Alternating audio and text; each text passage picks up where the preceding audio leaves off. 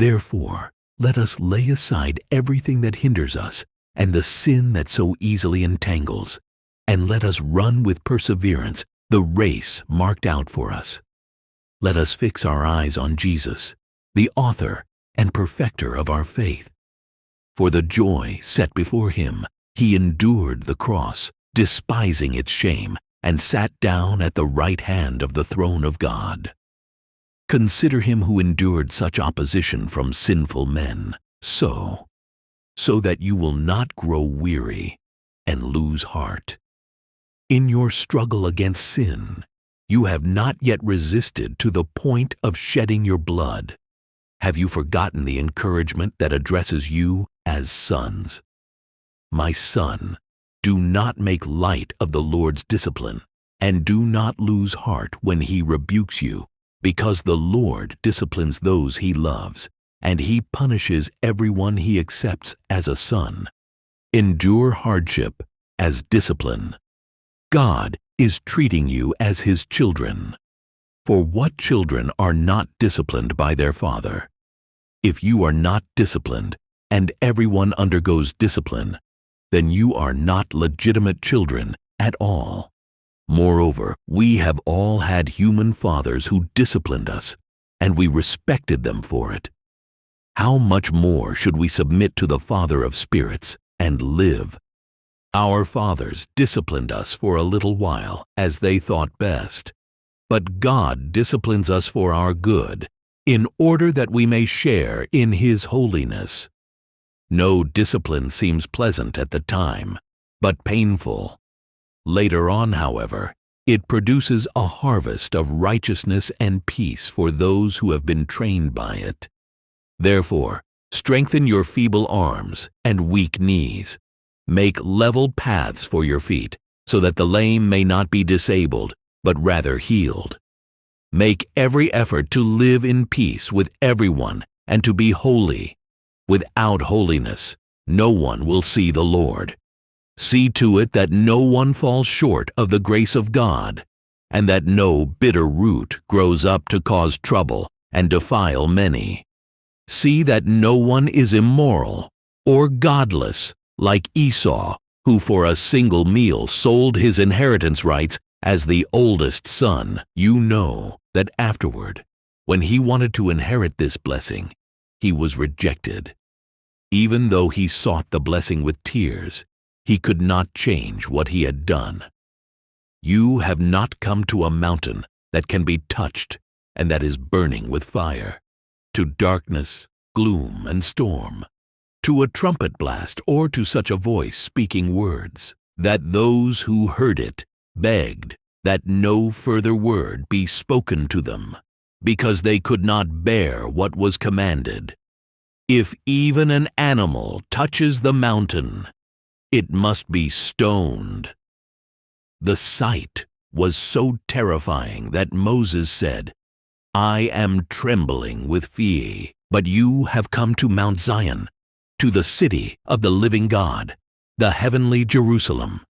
You have come to thousands upon thousands of angels in joyful assembly, to the church of the firstborn, whose names are written in heaven. You have come to God, the judge of all, to the spirits of the righteous made perfect, to Jesus, the mediator of a new covenant, and to the sprinkled blood that speaks a better word than the blood of Abel. See to it that you do not refuse him who speaks. If they did not escape when they refused him who warned them on earth, how much less will we, if we turn away from him who warns us from heaven? At that time, his voice shook the earth, but now he has promised, once more I will shake not only the earth, but also the heavens. The words, once more, indicate the removing of what can be shaken, that is, created things, so that what cannot be shaken may remain. Therefore, since we are receiving a kingdom that cannot be shaken, let us be thankful, and so worship God acceptably with reverence and awe, for our God is a consuming fire. Therefore, let us lay aside everything that hinders us and the sin that so easily entangles, and let us run with perseverance the race marked out for us. This race is not merely a metaphor, but a spiritual reality, a daily challenge in which our decisions, attitudes, and actions reflect the path we are walking. Sin often tries to entangle us, leading us to deviate from the purpose God has set before us. But we are called to look beyond the temporary struggles. Let us fix our eyes on Jesus, the author and perfecter of our faith. He is both the source and the model for our faith. And through Him, our faith begins and is strengthened. By looking to Him, we find the strength to keep moving forward. For He did not give up, even in the face of the greatest suffering possible. The cross. Jesus showed us that true victory is not found in the absence of pain, but in the ability to persevere, even when everything seems lost. For the joy set before Him, He despised the shame of the cross, and now He is seated at the right hand of the throne of God, reigning in glory. This example of courage and hope should inspire us to press on, knowing that even in the darkest moments, Christ's light guides and strengthens us. As we reflect on this passage, we are reminded of God's immense love and faithfulness in our lives. Just like the characters we read about, may we trust and obey His word, knowing that He is always with us every step of the way. If this message has touched your heart, make sure to subscribe to our channel and stay connected for more inspiring stories, powerful reflections, and teachings that can transform your life. Don't miss the chance to grow spiritually with us.